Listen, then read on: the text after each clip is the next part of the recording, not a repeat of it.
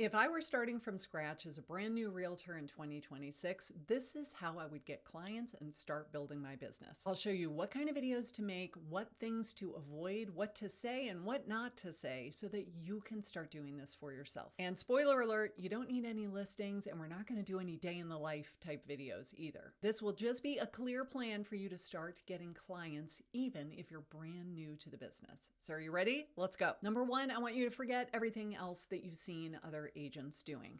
I wrote a book in 2019 called YouTube for Real Estate Agents, and in it I talked about the strategy that I used when I made my channel. And my videos were moving to Savannah, living in Savannah, the cost of living in Savannah, and now 3 million other people have adopted that strategy because it worked very, very well. But the problem is, if you live in some place like Dallas, Texas, and you type in moving to Dallas in the YouTube search bar, you're going to find 50 YouTube channels that are all about moving to Dallas. So I don't want you to copy those videos anymore. That worked very, very well 7 years ago when the market wasn't totally saturated. It doesn't work quite so well anymore. And now you're just one of a million people who are all doing and saying the same thing. So you're going to start by saying, who do I want to work with the most? If you are newly licensed, I'm going to recommend that you go for buyers, and specifically buyers who are younger, first-time buyers who've never done this before. They have so many questions because they just don't know what they don't know. And as a newly licensed agent, I remember that I loved explaining the contract to people and helping them decide which house they should make their offer on, because the more I said it out loud, the more confident I felt with my own abilities. What do they say? The best way to learn something is to teach it to someone else. So if you are a newly licensed agent, I would say let's go with buyers, specifically first-time buyers. Now, if you are a former teacher, you could absolutely go for teachers. If you used to be in the military or you are a military spouse, you could 100% service military clients and specialize in VA loans. You can do whatever you want. It is your channel. But the more narrow you go with your niche, with who your ideal target audience is, the easier it is for you to come up with ideas of things to talk about. And the more likely it is for YouTube to put your video in front of those exact right people. So even though it's scary, niche down. This is the secret. Because once you know your ideal client, the content becomes very simple. For me, I was talking to military first-time buyers who were relocating into the Savannah area.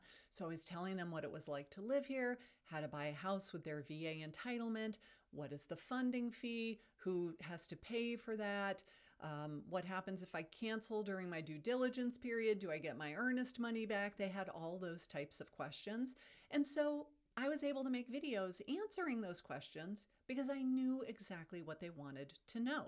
I had a running list of video topic ideas, and anytime I had a great idea, I just jotted it down on the list. So I always had this big long list of video ideas.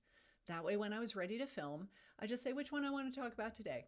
How about that one? Let's go. Now, if you don't have a YouTube channel at all yet, I will put some resources down below. One is a free guide called The First 10 Steps to a Lead Generating YouTube Channel. You should totally start there.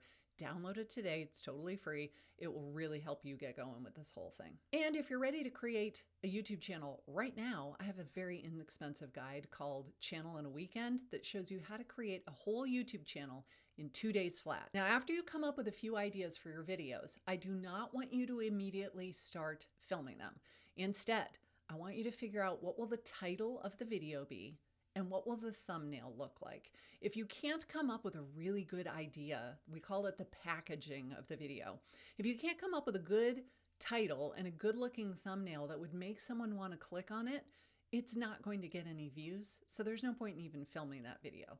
Your title and your thumbnail are so important. You should probably spend about 70% of your time doing those, and then 30% of your time actually recording the video. So work on the title and the thumbnail first. If it's not eye-catching, if it's not interesting, if it's very factual, pros and cons of living in Savannah, it's very factual. What about it? Like, oh my gosh, you'll never believe what the cons are of living here. Something like that would be much more interesting than just a newspaper headline that's very, very factual. Then you're going to go record your video, and don't worry about fancy editing. Don't worry about transitions and music and the lens flare and titles on the screen and rapidly changing what we're looking at every couple of seconds. That type of retention editing worked many years ago. It doesn't work so well anymore. So the good news is you don't need it. Don't take the time to do it, and definitely don't hire someone to do it for you. You do not need to pay anyone to edit your videos when we're talking about hundreds or even thousands of dollars per month for these simple educational YouTube videos. Now, if you have the time, I'm going to recommend that you post twice a week for 3 months. It sounds like a lot, and it is.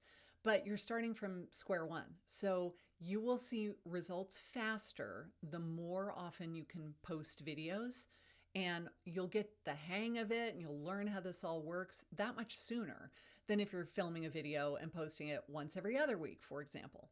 So if we could do 2 videos a week for 3 months, we're talking about 24 videos there. But if I film a video every other week, it's going to take me a year to get to that point, right? So if you can, do 2 videos a week just to help you get over that learning curve faster.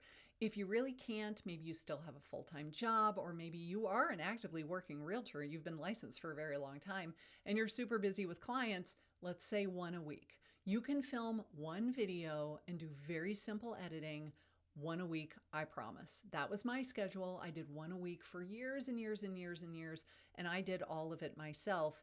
Once I had so much business coming in, I finally had somebody else make the thumbnails for me and do a lot of the extra work. But right now, you can do it yourself.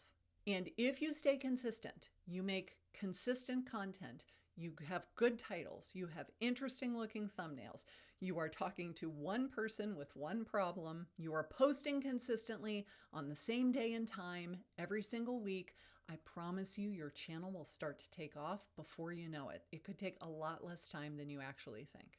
Because it's not about going viral, it's about getting in front of the right people who have the intent of buying or selling in your market. Now, if you need more help with this, I have a free 1-hour masterclass. Click here, sign up for the day and time that works best for you, where I go into great detail of exactly how the strategy works.